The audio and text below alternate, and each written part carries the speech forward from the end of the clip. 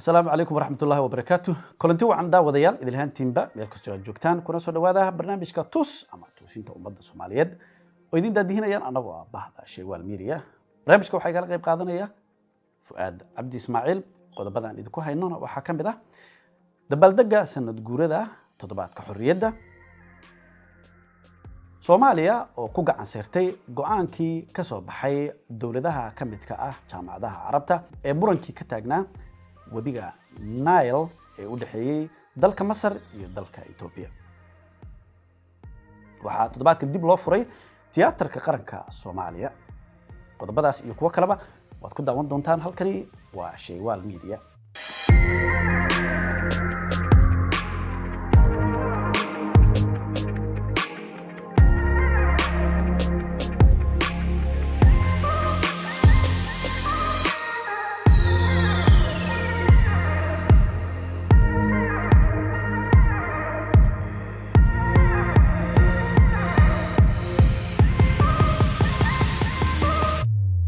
كلنتي وعن مركرة فؤاد كسر دو برنامجك مركه هراء أنت أنا برنامجك وجود جلين وحاربنا إن ومدة الصومالية هل كان أوهم بلينه حسك تضبط كحرية ده الصومالية ده مركي ودمدة الصومالية الحرية ده كقاعتين كوميستي غير يوروب ومركي مدوبين قبل هذا وقوي يا قبل هذا كونفور فؤاد كسر دو عبد الرحمن أبدا ما سنت هاي إن محل أورنجري دمان دبلشة الصومالية aad baan ugu hambalyeynayna maalinta farxadda leh waana jeclayn in barnaamijkan uu ku aado maalinkaas oo kale oo si aan uga qayb qaadano ama badee maxal oran jiray aan qayb uga noqono dadka farxadahaas iyo damaashaadkaas ku jira fuad dabaaldegani markaad fiiriso waxa laga joogaa 60 sano hadafkii halgamayaashii Soomaaliyeed wuxuu ahaa shanta Soomaaliyeed midaynta shanta Soomaaliyeed arinta maxaa ka qabsoomay ma mudan tahay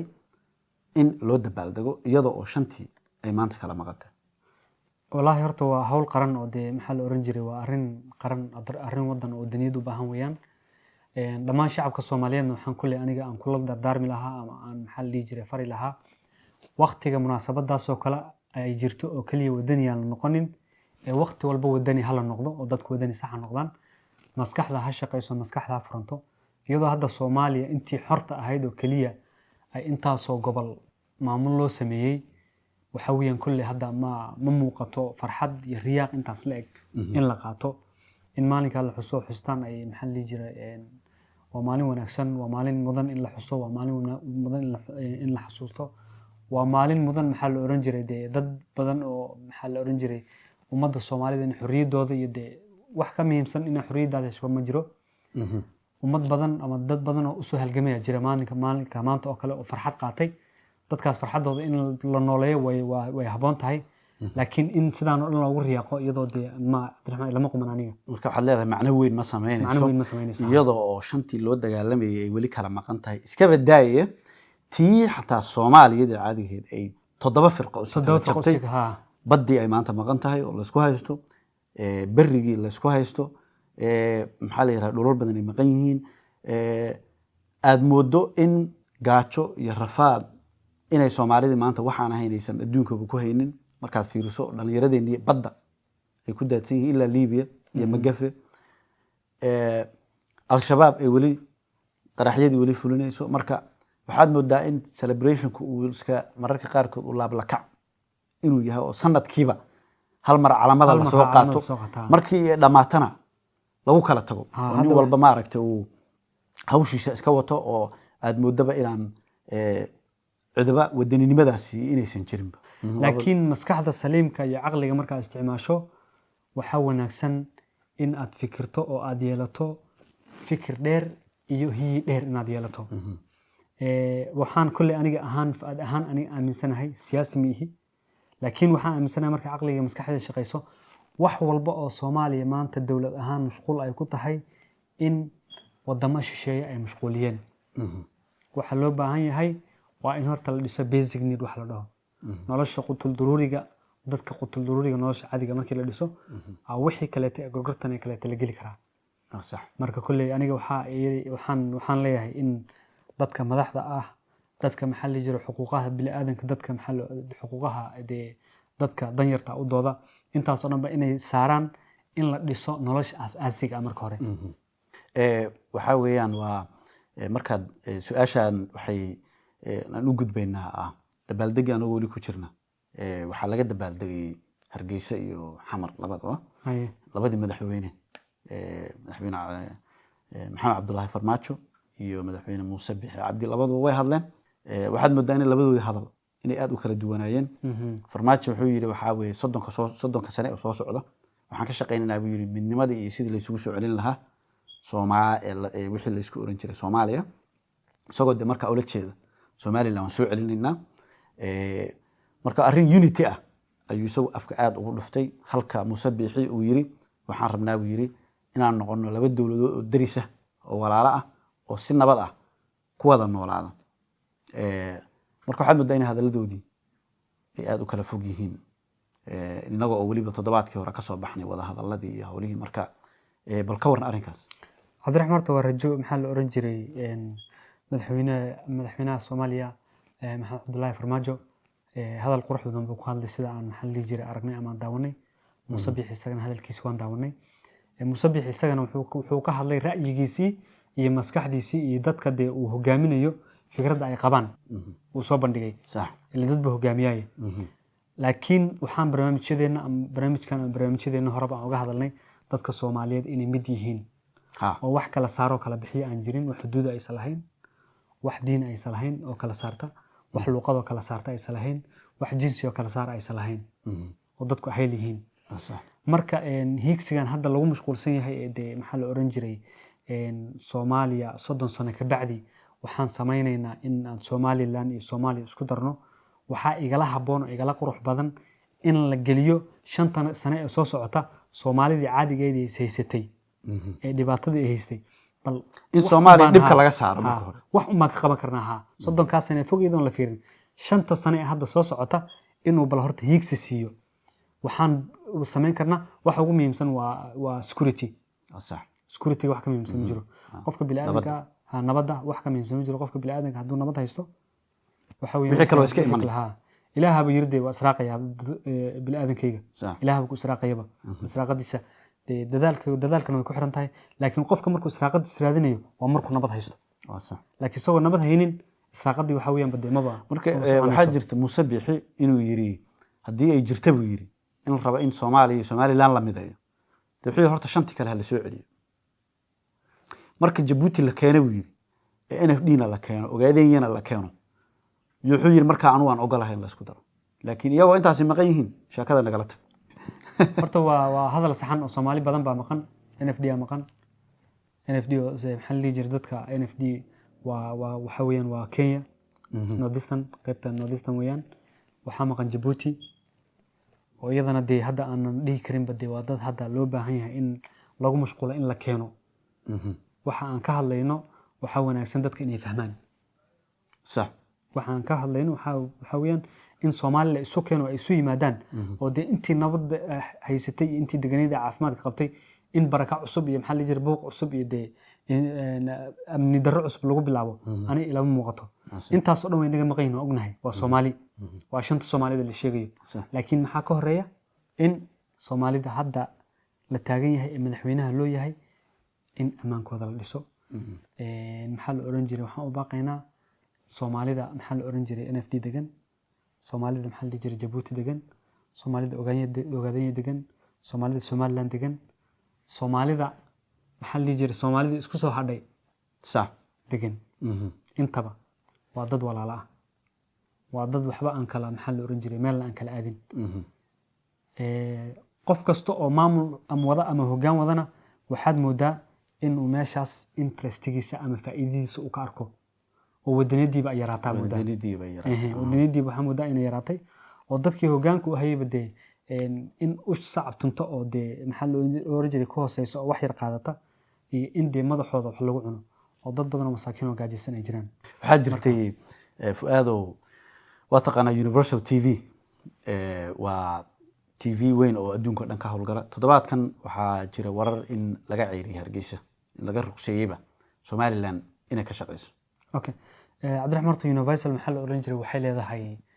waa saxaafad laakiin kolley aniga ahaantaydii iyo garashadii dadka garashada leba universal waxay tahay waa la ogyahay bal dadka u sheeg universal taariikhdeedii iyo waxay tahay universal waxay tahay waa la ogyahay universal waxa weeyaan waa idaacad si gooniya loo leeyahay oo qof shakhsi u leeyahay waa idaacad qofkaas shakhsiga ah iska leh wadaniid ay isku jirin marka maxaad saa u leedahay wadaniid ay isku jirin cabdiraxmaan waxaa muhiima idaacaddu inay madax banaanaato idaacadda markay private tahay iyadoo maxaa la dhihi jiray shakhsi gooni u leeyahay oo si gooni loo leeyahay inay madax banaanaato oo wax allaaliya wixii iyada ay samaynayso uu noqdo wax Soomaaliya oo dhan u dhaxeeya cabdiraxmaan hadda waxaa maxaa la oran jiray banaanka taalo la ogyahay idaacadda universal inay ka shaqeynaysay Ogaden region okay dhulka Soomaali galbeed Ogaden ha dhulkaas iyadoo ka shaqeynaysa dhulkaas uu tacadi badan ka socday ha watii dhibaatada badan ka socday iyo dadka lagu gumaaday la jeel Ogaden dokumentiyada laga sameeyay sidaas iyadoo ay tahay oo ay shaqeynayso ay haddana waxay ugu dartay dadkii dulmiga u haystay inay aflagaado ugu sii darto ay caydo yani marka dadka u fasir maxay tahay cayda noocaasa bal maxaa tusaalahood nooga sheegi kartaa waxaa kamid oo kale maxaa la oran jiray inay dhahdo dadkii halganka ku jirayba in la dadkan ku jiray dad tuuga awiyaan halganku marka waa jabhadii xornimo doonka ahayd ee u dagaalamaysa xuquuqda dadkaasi jabhadda wadaniga xoreynta Ogaadenya ONLF inay maxaa la jiray ay ku tilmaanto dad maxaa la oran jiray inay u ONLF oo waliba ka timid jabhadihii hore isku dhiibka sida WSLF ya WSLF iyo kuwii ka horeeyayba iyadoo shaqeynaysa maxaa la oran jiray nin dulmi dadku ku hayo Ethiopian maxaa la jiray u shaqeynay iyadoo waxaynaysa marka xaqii dadkay dabooshay maxaa la oran jiray dulmigiina way bumbuunisay marka waxaa loo baahnaa haddii Soomaalinimo iyo wadanimo ay jirto inay labada ka madax banaanaato oo ay dhahdo maxaa la oran jiray regionkan inaan kama shaqeyn kara wada marka iyadoo marka taariikhdaasi jirto tan marka hadda Hargeysa bal iyadana marka sababta Hargeysa looga ceyriyay marka waxay ku sheegay waa siday ay sheegeen uu sheegay wasiirka warfaafinta oo kale wasiirku wuxuu yiri waxay diideen inay shaaciyaan khudbadii madaxweyne Muuse Biixi marka sidaa daraadeed haddaysan qiimeyneynin madaxda dalkan iyo nidaamka dalkan waxay u sii joogaan meeshan malaha horta universal inaan saas ugu sii dheeraano aad ugu mashquulno maxaa la oran jiray aan ka dhigno inaan bumbuunino waa horta waa arrin laga wanaagsan yahay laakiin xaqiiqda jirta waxay tahay Somaliland markii ay noqoto maxaa la oran jiray saxaafadda waxaad moodaa in aysan saxaafaddu xor ahayn oo ay saxaafaddu Somaliland aad u dhibaatayso waxa la dhaho freedom of press saxaafadda in Somaliland aad u dhibaatayso oo maxaa la oran jiray sida hadda good example markaan tusaale fiican aan kaaga soo qaato kale cudmaal musuul doon kale sax wariye madax banaan marka caburinta wariyeyaasha iyo caburinta saxaafadii madax banaaneed labadiiba marka tawaad ku dhaliilaysa waan ku dhaliilaya inkastoo aan ku taageerayno horumarka ay Somaliland horumarka ay gaadhay nabadda ay gaadhay wax badan oo Somaliland ku taageerayna jira wax badan oo ku taageerayna Somaliland jirta laakiin halkaas qodob saxaafadda waa ku dhaliilayna dadka iyo shacabka Somaliland waxa waqti walba farayna u sheegaynaa dadka Soomaaliyeed ee adduunka ku nool waa Soomaali maamulka oo kaliya maxaa la oran jiray la isku fahmila yahay oo isfahmila laakiin dadku waa dad jecel walaalaha oo waxa ka dhaxeeyo ma sha Allah fiido ma hasantaa qodobka inta saan uga baxayna toddobaadkan waxaa la furay theaterkii qaranka Soomaaliyeed Somali National Theatre in muddo ah uu burbursanaa toddobaadkan la furay waxaa jirta hadal uu yiri afhayeenka madaxweynaha adaa fiiqde kor ha u fiirin waxa saaka bedeshay adaa fiicneeye ku fiidso marka bal ka waran hadalka marka cabdiraxmaan horta maxaa la oran jiray aad baan uga hambalyeynaa dowladdan iyo dowladihii ka horreeyba horumarka iyo dib loo nooleynta astaamaha qaranka aad baan maxaa la jiray ugu bogaadinaynaa dowladihii hore wax badan way fiican ay sameeyeen dowladdan haddana wax bay samaysay waxa ay samaysay kuun baa soo kiciyo meeshan soo gaarsiiyey marka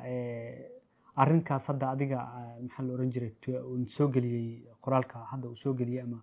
warkan hadda uu soo geliyey waxay u muuqataa waa war sarbeeb ah waana war aad moodo in uu ku salaysan yahay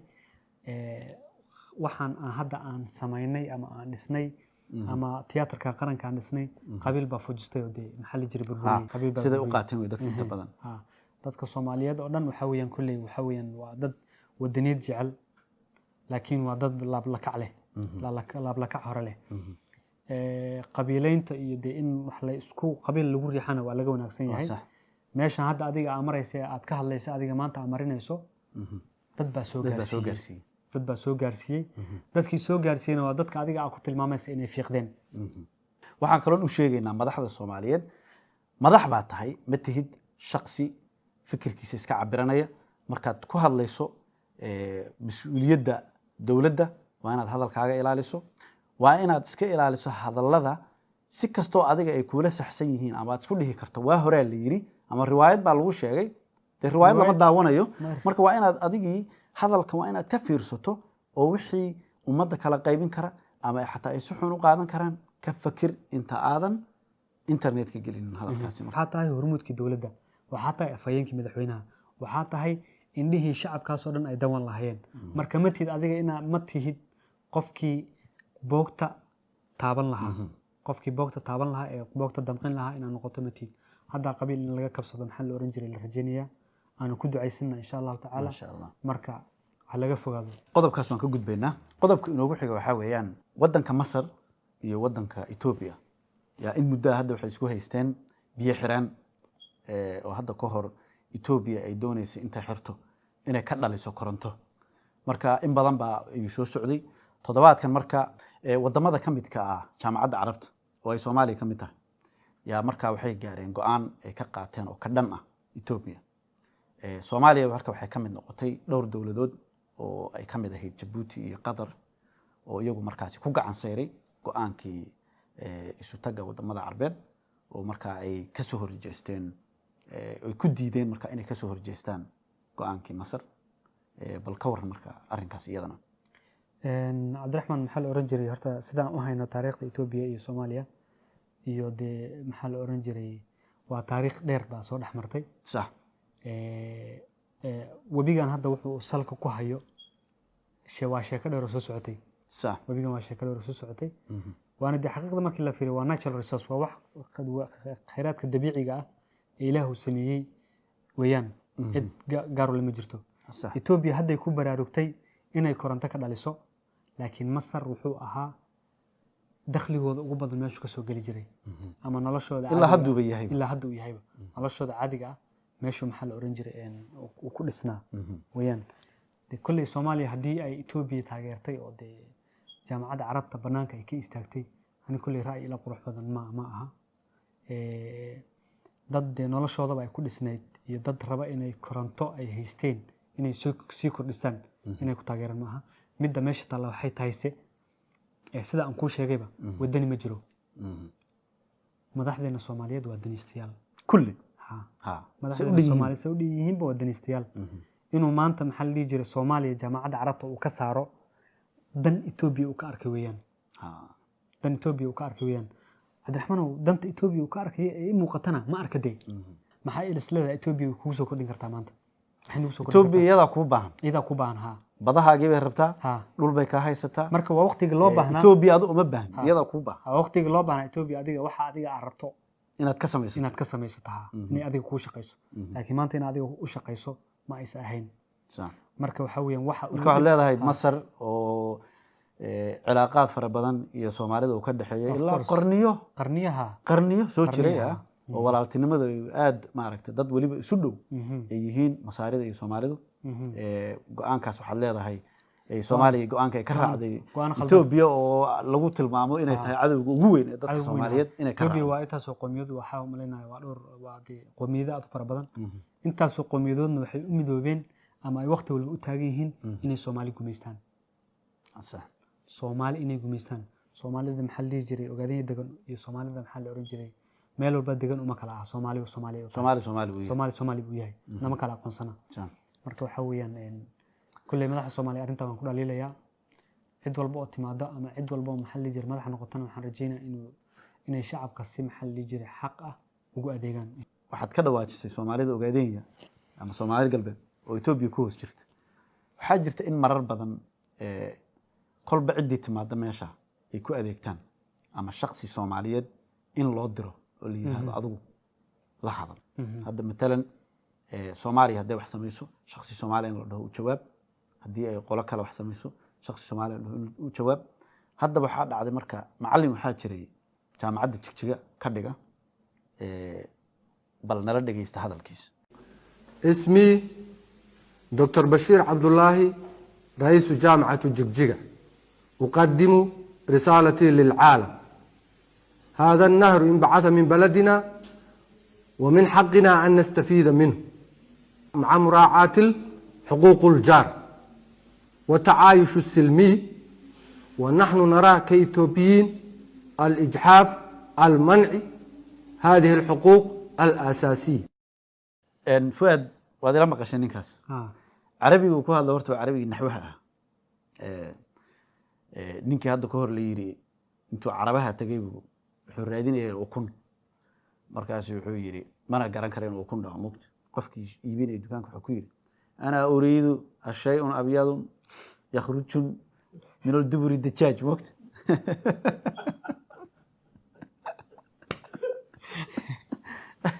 يا يقول السنة كأهات عربي سواء إني كمان دقيستي صح نقص عربي دين أحوان أنا سفي عن أنا سوق فعلا أحوان دقيسن لكن نك مهمة دي معنا وقهر لي وحيت هاي مصر بو جوابية ها دواب الاستعمار يا مصر بو جوابية لكن مرو إثيوبيا نقدر نمجر سدي إثيوبيا بنقول لي هاي إثيوبيا بنهاي لكن مرو إثيوبيا نقدر نمجر سدي وصومالي محل أورنجري وأنا صوماليا لكن waxaa ka dhaxlaysa Etoobiyaanka ninkii iska dhigi jiray ee Etoobiyaan ku saxan jiray ku soo kici jiray intaas oo Soomaali u gumaaday Cabdi Ilay jeel maanta waxa ku jira maanta ninka Etoobiyaan sana ma jirin haday ninka Etoobiyaan ka dhigi waayeen ma kula tahay macallin maskiin oo jaamacadda Jigjiga maya inuu wax noqonay macallin hadaalin macallin hadaalin koode waqti aad Etoobiyaan noqon doonto ma jirtay ma taasa xaqiiqa Soomaali baa tahay taasa xaqiiqa maxal oranjiray Ethiopia waxaad u helaysan ma garanayde Masar at least waxa u heelin kartaa diin ba u heelin kartaa Fuad qodobka waan ka gudbaynaa qodobkan ugu xiga waxa weeyaan toddobaadkii hore waxaan soo qaadanay in madaxweyne Donald Trump in uu aflagaadeeyay dawladda Soomaaliya oo ku tilmaamay meel aan dawlad aysan ka jirin police aysan ka jirin nidaam ay tahay dad taaba oo adduunka ka haray inay tahay dad badan baa waxay yiraahdeen waa runtii balse dawladda Soomaaliya ama madax Soomaaliyeed oo ilaa hadda u jawaabtay ma jirto horta maxaa la oran jiray inuu wadan uu sidaas u aflagaadeeyo waxa weeyaan waa arrin khaldan midda koobaad waxay tahay waa in horta wadankiisaas loo aflagaadeeyay waxaas waxaynayay madaxdiisu waa in horta ay soo jeedo talabaadna waxay tahay qofkii adiga qoodinayay aydu uu soo caayay ma buu jawaabi kartid marka waxaad leedahay ha ninkii adiga gurnada ku hayay ma caayi kartid sidoo jawaabay ma horta taasi waa runta arintaas waa ma inaga xirdhe arinta inaga xir ma horta waa runta Fuad ma sha Allah dawlado fara badan waxa jira Soomaaliya deeq fara badan siisa oo say rabaan ninku markuu deeq badan ku siiyana soo rabo ka yeeli moogta marka waxa laga yaabaa inay meesha taasi ku jirto oo aysan u soo jawaabi karin Donald Trump marka waa gartood badlaa waa gartood marka hadii la soo jeedo oo aan soo wada jeedno anagoo Soomaaliya waxaan macquul Mareykan aan deeqsin lahayn inkastoo dad badan aysan maxal oran jiray aymansanin oo isleeyihiin laakiin khayraadka dhulkeena ku jira iyo dhulka Ilaahayna siiyay adduunka oo dhan ma kaafin karnaa Mareykanna maxal oran jiray aan anaga wax siin lahayn ma sha Allah ma Fuad ma hasantaa isku tashan insha Allah waa sax weeye marka aad baan u mahadsantahay Fuad barnaamijka tus mar walba waxaan isku daynaa inaana bias inaana noqonin oo canaanta cid walba aan canaanta wadan siino markii mid khaldan yahay aan khaladkiisa sheegno kii saxsanna aan wuxuu uu sameeyay iyo ku amaano intaba fadlan hadii aad wax fikrada qabto mar walba fikradaada noo dhaaf fikradaada aad muhiim noogu tahay wixii aad nagu canaanaysaan waa kaas anagu bini aadan baan nahay mar walba waxaan isku daynaa in aanu toosino ummadda Soomaaliyeed annagu waxaanu nahay dad jecel Soomaalinimada midnimada Soomaaliyeed marka idinkuna aad baad u mahadsantihiin Fuad oo barnaamijka ila daadihinay isaguna aad buu u mahadsan yahay inta aanu barnaamijkan mid la mid ah toddobaadka dambe dib ugu kulmi doona ani iyo Fuad iyo bahda Shawaal Media waxaan idinkaga tegaynaa sidaas iyo nabadgelyo